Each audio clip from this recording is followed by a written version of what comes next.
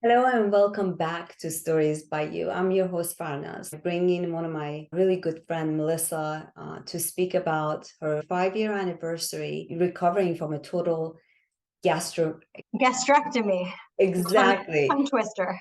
For a lot of people like myself, saying it was very difficult. And then I had to Google it and find out more information about it. This was before I talked to Melissa. She's going to tell us more about this, but this is really crucial for a lot of people that may not know that there is some issue genetically that they can find out more about. And she basically didn't have any symptoms. I go into a little more detail about her. She does live in DC. She loves salsa dancing. I will let you, Melissa, to tell us more about yourself and tell us about how you found out about this by doing the genetic testing. Thank you for having me, Farnaz. It's nice to be here and see you and talk to you. Well, it started in 2008 when my mom was very suddenly out of the blue diagnosed with stage 4 stomach cancer, 10 months after a clean endoscopy. Sadly, she died within 5 months of that diagnosis. It just kind of came out of nowhere. And her sister had died a few years earlier of stomach cancer. To make a long story short, we were not aware that there was a genetic mutation that could cause stomach cancer at that time. But as years passed and I talked to more of my family members, and I had my dad make a family tree for on my mom's side of the family, and I ultimately went to Lebanon, which is where my mother is from and where most of my family on her side live. And I talked to these relatives and learned that so many relatives had died of stomach cancer. My mother's brother and sister, her mother, various aunts and uncles and cousins over the years. Because all those years had passed, the law had changed as well. Originally, if you had a genetic condition at the time my mom was sick, you could lose your health insurance. So I was hesitant to get tested for any type of genetic condition. But finally, in 2017, after all this research and learning about my family history and also realizing the law had changed, I very bravely and reluctantly decided to get genetic testing. My dad was really encouraging me, and my brother also wanted to do it too. So it was helpful that we did it together. And through that, I asked my doctors for it, and they just gave me the genetic test. And that was how I found out that I carry a CDH1 genetic mutation, which causes stomach cancer and breast cancer. And the stomach cancer in particular, it never starts with a tumor. It starts all spread out, which is why it wasn't caught on the endoscopy. And it's very aggressive and really hard to treat. So that's how I found out I had the genetic mutation. And that was in April of 2017. Wow. That a leap of faith that you took to really go about what you did to remove your stomach, even though you didn't have any symptoms. I remember you and I were speaking about that, and you mentioned there were no symptoms, but you did it. And when it came back, can you tell us a little bit about the results after that? Yeah. So I didn't want to remove my stomach. I really was hoping there would be some other way, but all of the monitoring, all the roads just led to ultimately having your stomach removed. So I did have my stomach removed in November of 2017. And I went into the surgery thinking I was perfectly healthy and taking out a perfectly healthy stomach and questioning whether it was the right choice because it was going to be really hard after that.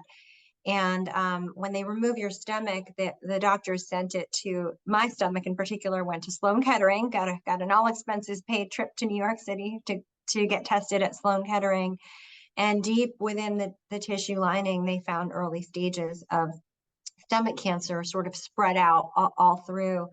And it was such an early stage that it never would have been picked up in an endoscopy or colonoscopy. And that's what I had been doing for 7 or 8 years after my mom died, was just these endoscopy colonoscopies. That didn't catch the cancer for my mom, and it would not have caught it for me. So after I got those results back, as sick as I was at that time, I realized, okay, this wasn't for nothing. I made the right decision. That's, again, I'm speechless in a way that God really loves you and your brother. I'm so happy that you were able to do the genetic testing. How is that done, by the way, out of curiosity? Is that through blood work? It was blood work, and they were looking specifically for that gene. So because I had a feeling that stomach cancer and breast cancer was in my family, and I had seen all the relatives on this family tree that my dad made who had passed away from those diseases, it helped the doctors narrow what to look for. It's a rare mutation, but there are people who have it, and I know I'm not the only one. My family isn't the only family, so it was helpful though for the doctors to know what they were looking for. But it's just blood work, and I got the results back, within a week or so after taking the test. Thank you for explaining that, because I do know a few others, you and I spoke about a few others are going through the process. I'm so glad it worked out well for you. And without stomach, I'm sure there's a lot that goes with that, as far as how you need to take care of your body. So if you don't mind, Melissa, tell us about how is life without a stomach? It's different. It will never be the same the way it was before, but it's okay. Like I will start by saying I'm a very healthy, happy person, and at this point, 5 years later, I don't have regrets. There were points early on where I was like, oh my gosh, this is awful. Did I do the right thing? And I was so sick, and it took a really long time to adjust to my new body and learning how to eat again and drink again. But the way it is now is I have to eat very small portions. I have to chew everything super carefully. I need a ton of protein. And there are foods that are really hard for my body to process without a stomach, and they'll create like a blood sugar crash for me. It's called dumping syndrome, and it's probably the worst side effect of not having a stomach. And it's just, you basically get all shaky and sweaty and confused. And I've actually fainted a few times. I actually had that really bad for several years until I got control of my diet. But once I figured out the diet, I really just stick to complex carb, protein, and a fat with every tiny meal. And I have many tiny meals throughout the day. I've really limited alcohol. I've cut back on caffeine because sometimes that can affect your blood sugar. And I've just added a ton of protein shakes and protein drinks to my day. And that has really helped with the dumping syndrome. I mean, night and day, massive change. And otherwise, I do get tired. I am missing a major body part, and I have nutrition issues. So I take a lot of vitamins, but I need a lot of rest. And I have learned to be patient with myself because I love to exercise, I love to dance, I love to spend time with my friends and family and my dog, and just be out and about. But I also recognize that I need to, there are sometimes I have to stop what I'm doing and just lay down for 15 minutes because my body can't go on. So you just have to be patient with yourself and be flexible. Yeah, the awareness, I love that you mentioned, being aware of your own body, because God has given us all the body part, the organs and all of our parts, and when one is missing, the functioning of that, it's difficult. And I guess that's another reason when we see people and we're surrounded by people learning their stories and knowing what's going on with them.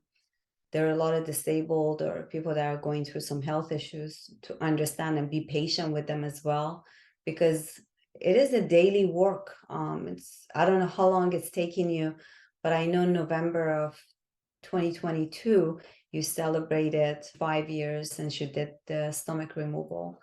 And I'm sure it's a day-to-day work for you. So it's not like you're up and running and every day is great. So you do still have your ups and downs. Absolutely. Every day is, yes, and you got it right. November 2017 was 5 years, and I felt like it was worth celebrating. So I made it a whole thing because I'm like, wow, I can't believe it's been 5 years and I feel good. And in the beginning, I felt bad, but yeah, every day I have to really kind of monitor what I eat. And if I know I want to go dancing that night, go salsa dancing, or I know I want to see my friends that night, I'm especially careful with what I eat during the day. Even actually this interview with you, I was very careful today with what I ate and drank because I just didn't want to risk a blood sugar crash, although I'll probably pig out after we're done talking.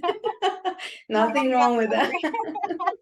Um, but it's interesting what you said. I think to the average person, I look fine and I look healthy, and I'm glad. I'm so grateful to that. But you don't know what someone's experiencing inside, and you could see somebody and not realize that they have a health issue, or they have something big that they're going through. And I think it's given me perspective on being just more empathetic I've always been very empathetic, but even more so, just people are always carrying around their own battles, and even if they look okay, you never know what someone's going through. So it's a nice perspective to know, like, okay, that everyone has challenges, so let's be kind and let's be patient with each other.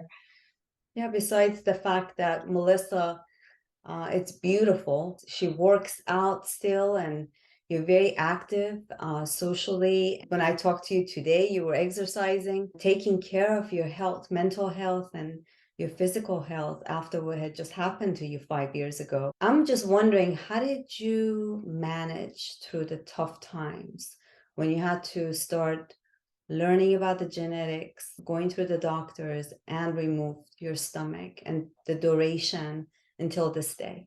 First and foremost, I was raised with a really wonderful family, and I always felt very supportive. I was also born with a cleft lip and palate, so I'm no stranger to medical adversity. And I didn't have a fear of hospitals, so that was helpful. But my friends and my family, they really showed up for me. They helped me through, and just my own faith and resiliency, I think, was so key, because I'm a control freak. I like to be in charge. I've got a demanding job, and I like to know everything in advance and plan everything in advance. And I really had to get comfortable with recognizing that I was not driving that train. I am not in control. I had to kind of embrace the chaos and just go along for the ride. And I found these moments of my mom watching over me, many steps in that process of the testing and having my stomach removed and the recovery. I felt many moments where she was my guardian angel. I could feel her presence. It was in different ways. The day of my surgery, right before they wheeled me into the operating room to have my stomach, you're in that operating room for a minute alone, right after you've said goodbye to your family and you've signed the last paper. And I was about to start crying, and in walked this woman, and she said, "Melissa, I don't know if you remember me, but we met years ago through so and so. I'm your anesthesiologist today." And it was an acquaintance, a friend of a friend, who I liked. We had just lost touch, and she said, "You're in good hands. I'll be with you the whole time." And I really felt like my mom had sent me a friend in the operating room. So I just had this faith where I could see these moments of just God protecting me and my mom looking out for me, and it really Oh helped. my God, oh my God. I Listen, couldn't believe it. this is amazing. What you just shared, I hope no one misses this part of the podcast. It's amazing because this spirit, when we have faith, somehow through someone, everything happens. You needed that moment to have that peace, and God provided that. And I think everyone needs to understand the spiritual part of every human being is so crucial. If we don't have that, also for our physical health, to help us emotionally, all of that works so well together. I was listening to the YouTube interview that you did, things that you need to cut out of your life after you've gone through something really major in your life. Were there things that you sort of deleted? Beyond the diet, there are some life editing that happens when you go through a major health situation, and you come out of it, and A, you're more appreciative of life, and B, for me, I also have limited energy. Like, literally, I get tired a lot and I have to kind of ration how I spend my day. And I think one of the biggest changes for me was really eliminating some toxic relationships, and choosing how to spend my time. I had some friendships that were no longer healthy. I was in a relationship that was no longer, it had not been working for a while. And just realizing the way my life was, and my health issues, doing things and spending time with people who make me feel energized and happy and myself, and just I want to feel good when I'm spending time with someone. And it ended up making it really easy to choose how to spend my time. So eliminating the unhealthy relationships, I think, was the biggest life change, and it allowed for a clearing of space, both emotionally and just time wise, where I could then devote more time to like physical fitness and hanging out with people who I always felt really good around. And I ultimately, reconnected with an old acquaintance from over 20 years ago to whom I'm now engaged, like of all crazy things. And, if I hadn't eliminated some of those other relationships and reprioritized the way I spent my time, I would not have had these life shifts where I'm now in just a more Zen kind of state of mind. So it's been enlightening. I love that. Blessing. I really do love that, Melissa, because once you eliminate and change a little bit your mindset and what you really need to feed your body, same thing, choosing your friends and people around you, how you live your life and the type of person that you are, you're going to attract those type of people into your own life. I really do appreciate the time that you've spent with us and talking about this, and we could talk to you, Melissa, for another hour and just get more feedback about your story. I do want to just keep you for the last thing, and that is, if someone's watching and they want to get in touch with you, what would be the best form that would not stress you and doesn't overwhelm you? Because we know everyone's busy, but we do want to save lives, and if you're able to save a life, I think that's awesome. Absolutely. I'm always happy to talk to someone going through something like this and trying to make those decisions. And I can be reached on Instagram, might be the easiest. My handle is at MalucyDC, MalucyDC. You can also email me at melissa.nasra@gmail.com. Thank you so much. I will also make sure that this video has your information on there. If anyone's watching, you can share with your friends, family. Someone may be going through something similar that can save a life. Thank you so much, Melissa. I appreciate you. Best of luck to your engagement, to your future with your new husband. Thank you so much, Farnaz. It was wonderful to have this opportunity to talk to you. I appreciate it. Absolutely. I appreciate talking with you on this channel. Again, thank you everyone for watching, and your support is always welcome and appreciated. As always, please subscribe and like and share. Love you guys. Take care.